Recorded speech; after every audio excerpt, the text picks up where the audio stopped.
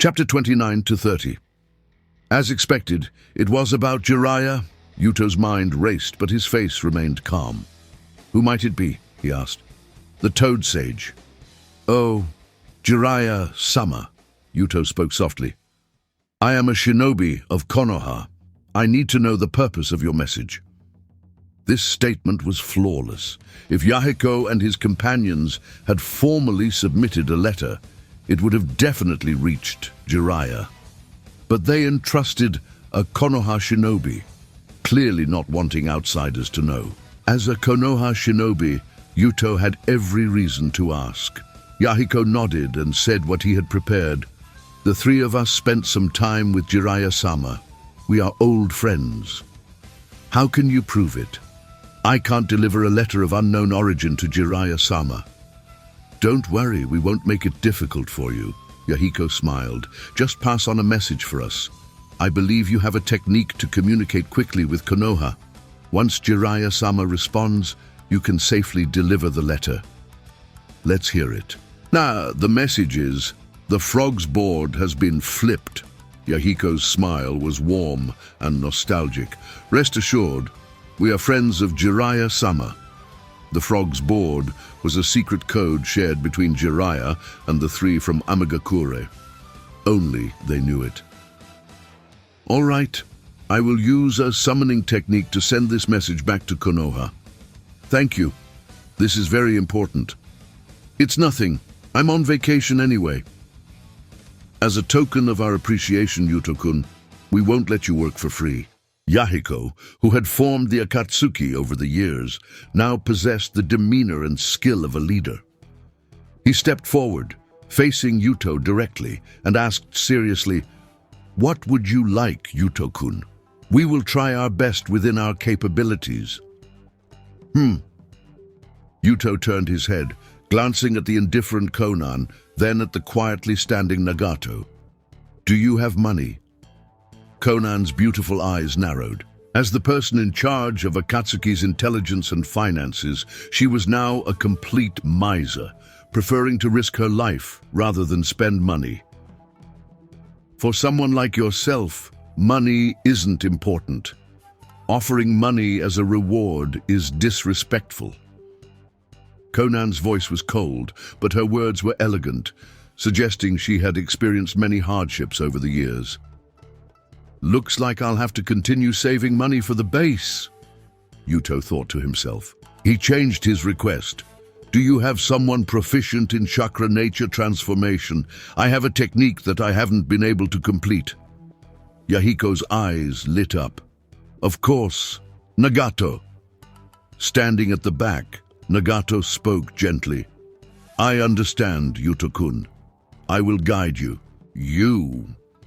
Although Yuto knew Nagato was a genius with the Rinnegan like the Sage of Six Paths, mastering 6 types of chakra nature transformations, he still had to pretend he didn't know. You don't look much older than me. Can you really do it? Trust him, Yuto-kun. Yahiko's tone was full of undisguised pride.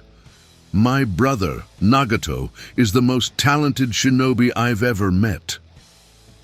All right. I believe the leader of Akatsuki wouldn't deceive me. Yuto yawned. While waiting for Jiraiya-sama's response, Stay here, Yuto-kun. We'll find you a room, and Nagato can conveniently guide you. A few minutes later, Kaoru led Yuto out. The three from Amigakure remained, showing no intention of leaving. Yuto Hyuga, Tsunadeheim's disciple, Yahiko mused on the recent conversation. If everyone was so willing to communicate, the world wouldn't have so many tragedies and conflicts. But Yahiko, Konan spoke, isn't he trusting us a bit too much? He followed Takeda in without hesitation. Would a Hyuga genius be so unguarded? He, Tsunadeheim's disciple, knowing about us isn't strange. His sensei has met us and might have mentioned it. Yahiko turned, touched Konan's face and gently pinched it, laughing. Don't overthink it. It's too tiring. Human relationships shouldn't be so complicated. Konan pouted, her cheeks turning red, but she wasn't angry. Nagato crossed his arms and smiled, watching them in amusement, remaining silent. He was a professional bystander. "All right, you." Konan cleared her throat and sighed. "Do we really need to find Jiraiya-sensei? Won't it trouble him? We're just seeking advice. Our current situation is unprecedented, and we need an experienced senior's guidance." Yahiko's expression turned serious. "Akatsuki is growing larger and more complex. A small squad could all be spies from other nations. This is very detrimental to us." Konan and Nagato also sighed, feeling helpless about their current predicament. Amegakure, situated in a strategic location, was always chaotic and violent. As Akatsuki grew, Yahiko and his companions realized their actions were often known in advance, not only by Hanzo of the Salamander in Amegakure, but also by the 5 great shinobi villages. Their intelligence was severely compromised, a fatal issue for an organization striving for peace in the shinobi world. No one wanted to be stabbed in the back by their own people during an operation. Yahiko, despite his dreams, understood the gravity of the situation. However, despite several purges, they had only caught a few spies with no significant improvement. For instance, today, the 4th-ranked member of Akatsuki, Takeda Takeshi, was ambushed by a dozen bounty station assassins. The top-level member's action and route was completely exposed. Who wouldn't suspect foul play? External enemies were undoubtedly dangerous, but the traitors within were the real threat to Akatsuki's survival. In Akatsuki's steel underground base, Kaoru settled Yuto in and hurried back to her room. She was the most trusted subordinate of Takeda Takeshi, Akatsuki's 4th-ranked member, acting as his assistant, bodyguard, and secretary. With Takeda's assassination attempt and the top-level action route exposed, Kaoru had to analyze and report to Yahiko by morning, identifying the most likely leaker. Of course, this was just a small part of her heavy workload. After brewing a cup of hot tea and drinking it all at once, Kaoru took out a scroll and began writing with special ink. To Danzo-sama, the plan to leak Takeda Takeshi's information was successful. However, today, Yuto Hyuga appeared in Amegakure, possibly sent by Tsunade Senju. Yuto reached out, grabbed the clothes hanging on the hook, and felt them with a frown. Damn weather in Amegakure. I've been trying to dry these clothes for 2 days, and they're still damp. Although he didn't know any fire techniques as a shinobi, drying clothes was a simple task. If all else failed, he could use a series of gentle fist techniques in front of the wet clothes, and the force from his punches would dry them. However, Yuto was a rather old-fashioned person in some respects. Even after being transmigrated to the Naruto world, he believed that clothes must be air-dried naturally. With no other choice, Yuto hung the clothes back up and changed into a uniform, dark blue with a high collar, the current standard attire of the Akatsuki. I'll just wear these for a while. Walking around Amegakure in Konoha-style clothes is too conspicuous. He pushed open the door and left his room, just in time to bump into his neighbor, Takeda Takeshi. "Yuto-kun." Takeda looked him over. "This outfit really suits you. As expected, a handsome guy like you will look good in anything." Yuto smiled. "Takeshi-san, could you arrange for someone to send me a few more sets of clothes? I train every day, and I need to change and wash them frequently." "Huh? We should have a drying vent here. It's powered by fire techniques through the ducts." "I prefer natural drying. Sorry for the trouble, Takeda-san." "All right." Takeda shrugged. The Akatsuki could certainly afford a few sets of clothes. "Yuto-kun, don't think I'm nagging, but air drying in this damp climate can cause mold. Oh, you can ask Kaoru for some seeds, put them in your clothes to avoid any strange smells." Takeda was the 4th in command of the Akatsuki. Unlike the top 3 leaders, he had a somewhat motherly nature. constantly chatting and unable to stop once he started. Kaoru loves collecting seeds. Even after a battle, when she's barely alive on the ground, she'll pick a pretty flower bud to take home and make into a beautiful tree. Yuto smiled and took out a yellow seed. You and Kaoru-san think alike. She gave me a jar of these a few days ago. They're great for removing odors. Oh, ha ha. You see, I've known Kaoru for many years. Whether in battle or elsewhere, we have great chemistry. That's the kind of friendship forged through life and death. Haha. Just friends. Yuto suddenly felt mischievous and started teasing the straightforward man. Actually, I've wanted to say this for a long time. You and Kaoru-san make a good couple. She's the only subordinate daring enough to pinch her superior's waist. Are you two secretly dating? Don't talk nonsense.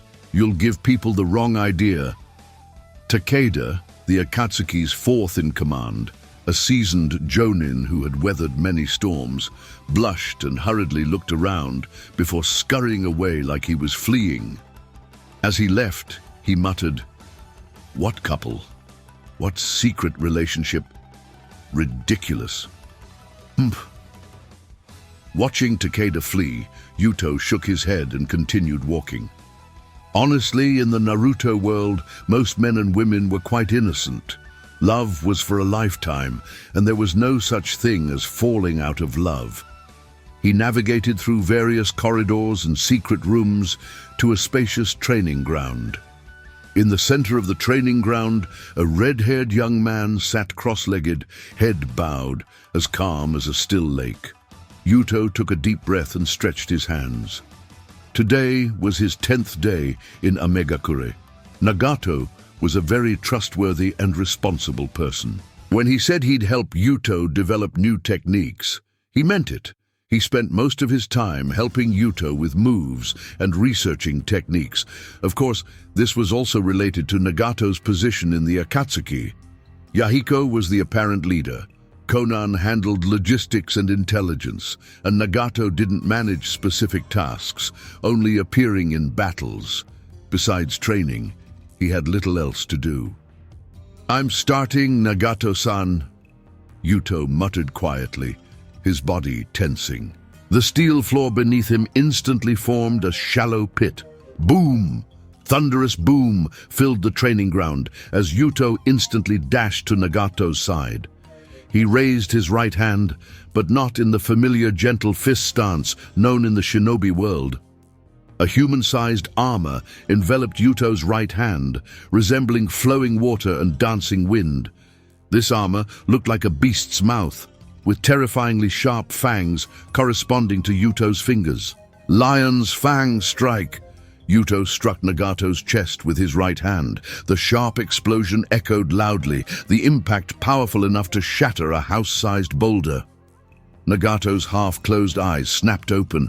His deep purple eyes with concentric circles were mysterious, powerful, and majestic. Buzz! Yuto's lion's fang stopped 15 centimeters from Nagato's skin, halted by an immense repulsive force, unable to move any further. Bang! Nagato clapped his hands lightly, sending Yuto flying. He crashed into a wall 50 meters away, dust and debris flying as the steel and concrete were crushed. The young man from the branch family was embedded in the wall, gasping for breath. "Very good, Yuto-kun." Nagato stood up and walked to Yuto, his tone full of praise. "You lasted 0.4 seconds longer than yesterday. I understand why Tsunade Haim took you as her student. Yuto-kun, you have exceptional talent. One day, you'll become an extraordinary shinobi. To those who don't know, it might sound like you're mocking me. No, Yuto-kun, 0.4 seconds of improvement is truly excellent." Nagato pulled Yuto up and carefully examined his hand, sighing. "This technique has great offensive power, but causes significant strain on your body. Look, your muscles are already torn." "It's okay. I know medical techniques, and my sensei and I will refine this technique to reduce the damage to my body. For now, I need to maximize its power." "All right. Since Tsunade will handle the final adjustments, we can focus on increasing its power without worry. Nagato nodded. Let's continue. Your Lion's Fang bite is based on Gentle Fist, chakra-enhanced strength, and chakra emission. The chakra armor incorporates wind and water techniques, which is a brilliant idea. Flowing means power, and the violent water and wind are as strong as steel. But I think this technique isn't perfect yet. We can use the principles of wind and water techniques, so why not try adding more elements? I thought about it a lot last night, Yuto-kun. Today, let's try incorporating earth techniques. Look, this is earth release, tearing earth turning palm. We can imitate this chakra manipulation method.